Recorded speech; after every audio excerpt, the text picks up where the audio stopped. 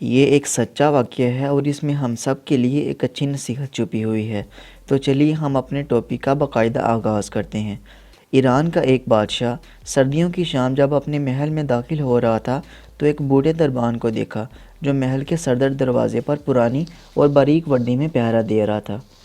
بادشاہ نے اس کے قریب اپنی سواری کو رکوایا اور اس بوڑھے دربان سے پوچھنے لگا، سردی نہیں لگ رہی؟ دربان نے جواب دیا، بہت لگتی ہے حضور، مگر کیا کروں، گرم وردی ہے نہیں میرے پاس، اس لیے برداشت کرنا پڑتا ہے۔ بادشاہ نے جواب دیا، میں ابھی محل کے اندر جا کر اپنا ہی کوئی گرم جوڑا بھیجتا ہوں تمہیں۔ دربان نے خوش ہو کر بادشاہ کو فرشی سلام کہا اور بہت تشکر کا اظہار بھی کیا۔ لیکن بادشاہ جیسے ہی گرم محل میں داخل ہوا تو دربان کے ساتھ کیا ہوا وعدہ بھول گیا۔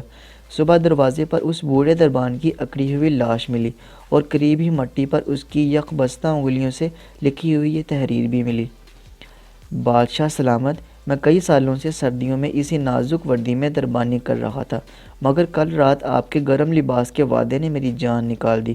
یعنی سہارے انسان کو کھوکھلا کر دیتے ہیں، اسی طرح امیدیں کمزور کر دیتی ہیں۔